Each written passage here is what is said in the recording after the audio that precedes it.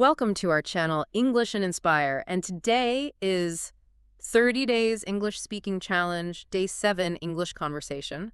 While shopping, welcome to our channel, English&Inspire. Picture this scenario for a second. I'm picturing it. Right, so you're standing at the front of a checkout line, and there are like 10 very impatient people standing right behind you, just staring at the back of your head. Oh, the worst feeling. It is. You're frantically trying to bag your groceries, and suddenly the cashier just starts firing questions at you, like, did you bring your own bag? Cash or credit? Would you like to donate $5 to the Children's Hospital today? And your brain just completely freezes. Exactly. Total brain freeze. So our mission today for this deep dive is to completely unpack the language of shopping in English, so that you never actually have that brain freeze moment again. Because when you really strip it down, shopping isn't just about, handing over money for goods. No, not at all. It's about mastering real-life social interactions. You're navigating these complex financial negotiations and, honestly, building genuine bulletproof fluency under pressure. It is a lot of pressure, yeah. It really is. So to map all of this out, we're pulling from a pretty massive stack of sources today. We're looking at vocabulary and conversation guides from English Class 101, Lingonio, and Teach This. Great sources. Yeah, and we're also pulling idiom breakdowns from Preply. And most importantly, I think, we're diving into real-life conversation transcripts from Step to Fluent English, Chill Talk English, Single Step English, and English Inspired. What's fascinating here is that shopping conversations really serve as the ultimate stress test for your everyday English fluency. How so? I mean, it's just shopping. Well, think about the cognitive load required. Like in a single 30-minute trip to the mall, you're expected to seamlessly combine casual social etiquette with a friend, rapid-fire listening comprehension with cashiers, and high-stakes financial negotiation with vendors. Wow, yeah, when you put it like that. Right. It is basically an intense linguistic obstacle course, Yeah. just kind of disguised as a casual Saturday afternoon errand. An obstacle course is like the perfect way to look at it. And usually the first obstacle on that course is purely social. You walk into a store, often with a friend, right? And you start browsing the racks. Yeah, the browsing phase. Exactly. And the Step to Fluent English transcript for their Day 7 challenge paints this exact picture. So we have these two friends, Sophia and Emma. Sophia finds a jacket for $50 and immediately turns to Emma and asks, do you think it's worth it? That specific phrase, worth it, is honestly, it's the cornerstone of all shopping vocabulary. Because it's not just about the $50. Exactly. It isn't just asking about the price tag. It's asking for this complex calculation of value. Like, is the quality of this item combined with how much I will actually wear it equal to the $50 I am about to spend? Right. She's crowdsourcing her financial anxiety. That's a great way to say it. Yes, by asking her friend, Sophia is crowdsourcing that anxiety. And Emma's response in the transcript is to basically point out that $50 is a bit steep, which prompts them to look for a discount tag, which luckily they find. Okay, let's unpack this calculation of value because the sources provide some really interesting alternatives to simply saying it's worth it. Oh, absolutely. There's so many ways to express that. Yeah, like if you want to sound a bit more, analytical, you might say it is a smart choice. Or if you're talking about an investment, maybe you're buying a high-quality pair of boots that'll last for years, you could say it pays off. It's funny, right? We seem to use a lot of financial and investment terminology just to talk about buying everyday clothes. We really do. And that language reflects how we view our purchases as assets. But, the social dynamic of shopping with a friend goes way beyond just evaluating investments. Right, because later in that same Step to Fluent English transcript, the conversation shifts. Emma finds a pair of shoes for $35, but she actually states her budget limitation out loud. She says, I only have $30 with me. Oh, the dreaded budget gap. Yes. But Sophia immediately steps in with, don't worry, I can lend you $5. See, having a co-pilot to check your blind spots, both financially and aesthetically, is just crucial. But, eventually you have to break away from your friend and interact with the store employees. You do. And the Lingonio source maps out the phrasing for this transition perfectly. You're browsing, an employee approaches, and you set the baseline by saying, I'm looking for a summer dress. Setting the baseline is important, right? Because it directs the employee's energy. Precisely. And when you actually find the item, the language shifts from browsing to action. You move to modal verbs for politeness. Like, instead of just walking into a room. Right, you don't just march in. You ask, could I try this jacket on? Or where are the changing rooms? And if you want to elevate the politeness, especially in like a high-end boutique, you might say, May I try these shoes on, please? So the mechanics here are really about stating your needs clearly while acknowledging the employee's authority over the store's inventory. Exactly. You're asking for permission to use their space. Which brings us to the actual fitting room experience. And the supply source brings up a great idiom here, finding something that fits like a glove. Oh, I love that one. Yeah, which implies a garment that conforms to your body with absolute precision, like perfect engineering. Yes, exactly. But, okay, here's where things get a bit confusing for language learners. In the transcript, Emma tells Sophia the $50 jacket suits you. But I hear people use fits and suits interchangeably all the time. They do, but they really shouldn't. Right, because if I tell a friend a dress suits them, even when it's clearly like pulling at the seams and 2 sizes too small, aren't I just giving them contradictory information? You are. That is a fundamental distinction to make. And mixing them up is a very common pitfall. They are not interchangeable at all. So break that down for us. Well, when you say a garment fits, you like that glove idiom, you're talking strictly about the physical dimensions and the engineering of the fabric. Okay, so the size is correct. Right. The shoulders align, the length is appropriate. It is a purely mechanical observation. So it's basically measuring tape language. Exactly that. Suits, on the other hand, evaluates the aesthetic harmony between the item and the wearer. Ah, okay. Yeah, when you say a piece of clothing suits someone, you're saying that the style, the cut, or the color flatters their specific appearance and personality. So you could easily find, say, a neon green shirt that fits you perfectly in terms of its physical size. Yes. But if that neon green completely washes out your complexion and clashes with your personality, it absolutely does not suit you. Got it. So fits is about the math, and suits is about the art. That's a perfect way to summarize it. That makes a lot of sense. All right, so you've emerged from the changing room, you found the jacket, it fits like a glove mechanically, and it suits your style perfectly. The next hurdle on this linguistic obstacle course is looking at the price tag and figuring out if you can get a better deal. Yes. Moving into the art of negotiation. And this is where your language needs to become highly strategic, right? Because it depends entirely on the architectural and cultural environment you're standing in. It really does. And the Chill Talk English transcripts do a phenomenal job of breaking this down by location.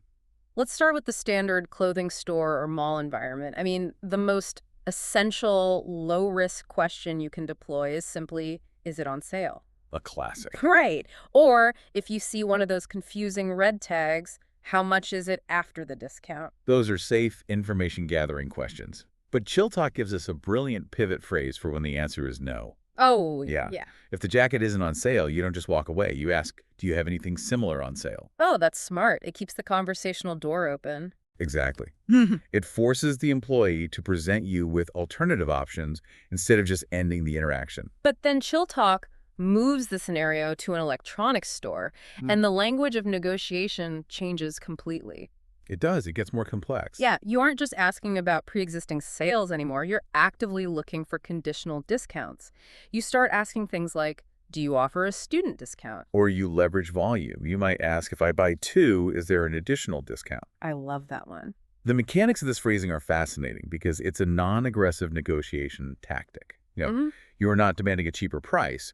You are proposing a win-win economic scenario. Because moving more inventory benefits the store's bottom line. Right, which logically justifies a lower price per unit for you. So you're basically creating a mutual incentive. But Yeah. you also have to establish the boundaries of these discounts, right? Like the transcript notes the phrase, does the discount apply to accessories too? That is a crucial question in electronics. Because getting 20% off a laptop is great, but if the charger and the carrying case are still full price, the store is just making their margin back on the back end. Which is why clarifying the scope of the discount is just as important as securing it in the first place. But again, the environment dictates everything. Right. From the electronics store, Chill Talk takes us into an outdoor street market. You're standing in front of a vendor selling produce or, handmade goods. And suddenly the polite, indirect questions just vanish. Exactly. You are now expected to use direct, assertive language. You look at the vendor and ask, can you give me a better price if I buy more? And if they throw out a number that still feels too high, you bypass the indirect questions entirely and make a hard counter offer. You just say, would you accept $10? To which the vendor might reply, I can't go as low as $10, but I can do 11. That's the best I can do. Here's where it gets really interesting for anyone trying to master this. The idea of aggressively countering with, would you accept $10? I mean, that feels like stepping on a cultural landmine. It can feel that way, yes. If I walk into a store and start demanding a better price, I feel like I'm going to look incredibly rude or even get kicked out. So is haggling just universally taboo in Western countries, or am I just leaving money on the table by being too polite? That's a great question. It's not universally taboo, but it is heavily restricted by geography. Understanding this cultural map is the true mark of fluency. Okay, map it out for us. Well, if you walk into a major corporate-owned supermarket, a place with barcode scanners and fluorescent lights, and you ask the cashier, would you accept $10 for these apples? The interaction will grind to a halt. Right. They'd look at you like you're crazy. Yes. It's considered inappropriate, not because the cashier is offended, but because they have absolutely zero agency to alter the computer system's fixed pricing. It's a systemic impossibility. You're basically trying to negotiate with a database. Precisely. In that corporate environment, the language of savings revolves entirely around store policies. Yeah. You ask about coupons or promotions. Like asking the cashier, is there a loyalty card I can sign up for? Exactly. You navigate their preset rules. However, if you are at an outdoor street market, a flea market, or buying a piece of furniture directly from an owner, direct haggling is not only acceptable, it's often baked into the initial asking price. Wow, okay. Yeah, in those environments, not asking, can you give me a better price, actually leaves money on the table. So the rule of thumb is to read the architecture of the room. If prices are printed on barcodes and scanned by lasers, look for a loyalty program. If prices are written on a piece of cardboard with a marker, start negotiating. That is a perfect summary of the cultural divide. Okay, so let's leave the high-stakes negotiations of laptops and street markets behind and focus on that corporate environment for a moment. We're transitioning to the most routine, mundane shopping experience of all the fast-paced grocery run. Yes. The grocery store. And the English-inspired transcript maps out the internal and external language of the supermarket beautifully. It really does. It begins with spatial navigation, right? Because And grocery stores are massive. massive. So you rely on store employees to find things using these simple targeting questions like, where can I find sugar? Or where can I find tea? And as you move through the aisles, you're constantly evaluating inventory. The transcript highlights that internal monologue we all have. Oh, the constant calculating. Exactly. You look at the produce and think, these vegetables look fresh. Or you pick up a box of cereal, look at the tag and calculate, this is expensive. Or you find the generic brand and determine, this is affordable or this product is cheaper. It is a constant stream of comparative analysis. You're weighing freshness against cost, brand name against generic. But eventually your basket is full, and you have to leave the quiet contemplation of the aisles. The easy part is over. Right. You transition to the checkout line. And this brings us right back to that scenario you described at the very beginning of our deep dive. Yep, the single-step English transcript focuses heavily on this specific bottleneck. Because it really is a bottleneck. The cognitive load at the checkout is staggering. It's awful. You're manually loading groceries onto a belt, you're trying to find your wallet, you're acutely aware of the line of people behind you. And on top of all that physical stress, the cashier launches into a rapid-fire interrogation. And it's the speed that catches language learners off guard. Cashiers repeat these questions hundreds of times a day, so they compress them. They blend it all together. Yes. Yeah. They might ask, did you bring your own bag? Followed instantly by cash or credit or debit or UPI. And then they throw in the wild cards. Would you like to donate $5 to the Children's Hospital today? While you're still digging for your credit card. Exactly. Or they hand you a terminal and start giving you physical commands. Put your card in the slot, enter your PIN, hit the green button. That's a lot. You are translating a second language while doing manual labor and making snap decisions about charitable giving. It is total sensory overload. Which is exactly why the single-step English transcript provides a tactical defense against this overload. A defense. I like the sound of that. Yeah, repair phrases. Because the language of the checkout line is so highly scripted and compressed, the most powerful thing you can do is intentionally break the script and slow the interaction down. Okay, but how do we actually do that without holding up the line and making everyone angry? By using specific phrases designed to force a reset. If a cashier hits you with 3 questions at once and you miss one, you simply say, sorry, I didn't catch that. Oh, that's good. Or if their delivery is simply too fast, you establish a boundary. You say, could you speak more slowly, please? You can also just request a direct repetition like, Sorry, could you repeat that? Sorry, I didn't catch that. I really like the mechanics of that phrase because it feels entirely different than saying I don't understand. It is entirely different. Saying, I don't understand kind of implies a failure on your part to comprehend the language. Like it's my fault. Right. But saying, I didn't catch that implies that the information was simply delivered too quickly to be physically processed. It removes the blame from your language skills and places it on the mechanics of the conversation. That's a huge psychological shift. It is. It forces the cashier to pause, step out of their robotic routine, and interact with you at a human pace. It's like a conversational emergency brake. You're taking back control of the pacing. Exactly. Never be afraid to pull that brake. Take a breath, use a repair phrase, and proceed at a speed you can actually manage. Okay, so you've navigated the aisles, you've survived the pop quiz at the checkout, you've packed your bags, and you've made it home. The transaction is complete. Phew, finally. Right. But what happens if you open your shopping bag at the kitchen table and realize something went wrong? Yes. The final and arguably most difficult hurdle in this obstacle course is mastering the language of returns and complaints. It is a vital skill for consumer protection, really. And we rely heavily on the English Class 101 and teach this lists to navigate it. The foundational step in returning an item is stating the problem with absolute clarity. And the sources give us the exact phrasing for different scenarios. Like if it's an apparel issue, you say, I got the wrong size or I got the wrong color. Right. If it's a physical defect, you literally just point to it and say, it has a stain here, or it has a crack, or it is damaged here.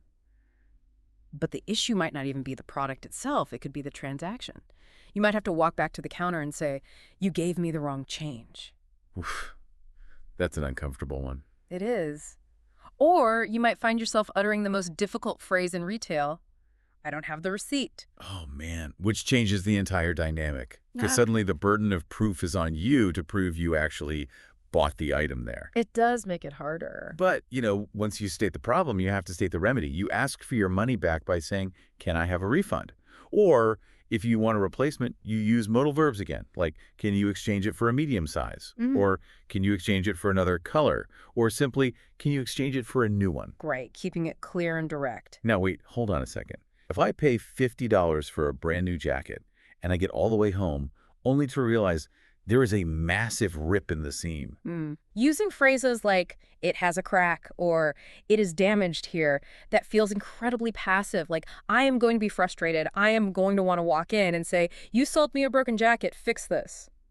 Doesn't using such neutral, passive language just let the store off the hook? That is a very natural reaction. Yeah. It really is.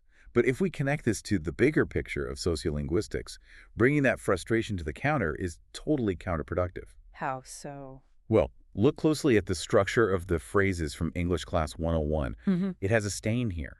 Can I have a refund? Notice what is deliberately missing from those sentences. The word you.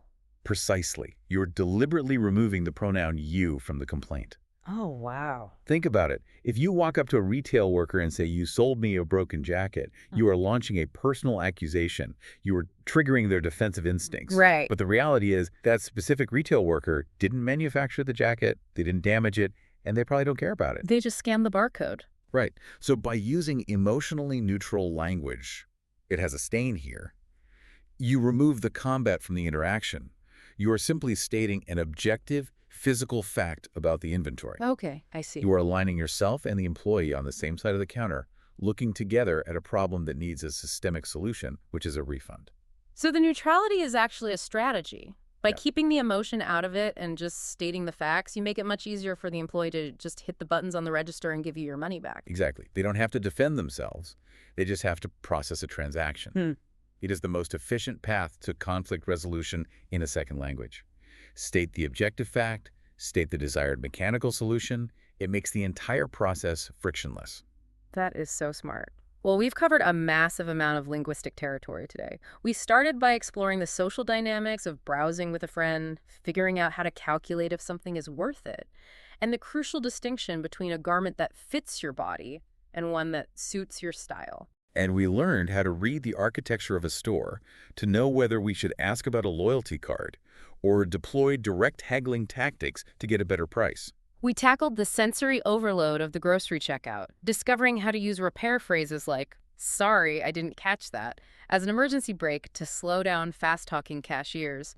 And finally, we explored the psychology of returns, learning how removing the word you from a complaint can magically de-escalate a stressful situation. Before we wrap up today's deep dive, though, I want to leave you with a final thought to ponder.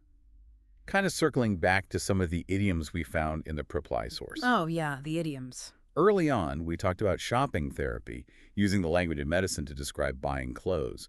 But Provly also highlights phrases like to pay one's way, which means covering your own expenses to maintain your independence. Right, like paying for yourself. Yes, or to talk shop, which means discussing your job even when you're relaxing with friends outside of work. Like being at a weekend barbecue and someone says, oh, let's not talk shop today. Exactly. I want you to consider what it actually says about a culture. When so many of our fundamental metaphors for personal independence, for our sense of value, and for our social boundaries are deeply rooted in the language of money, retail, and labor. That's a big question. It is. When we use phrases like worth the effort or paying our way, are we unconsciously treating our daily lives and even our most intimate friendships like a series of financial transactions? What does it mean when our very concept of human value is borrowed directly from the hall? That is a fascinating and honestly slightly unsettling question to chew on. Are we living a transactional life? Well, thank you so much for joining us on this deep dive. The next time you hit the stores, whether you're trying to find a jacket that fits like a glove, negotiating at a street market, or just bracing yourself for the checkout pop quiz, we hope you take these strategies and practice your fluency out in the real world. We will catch you on the next deep dive.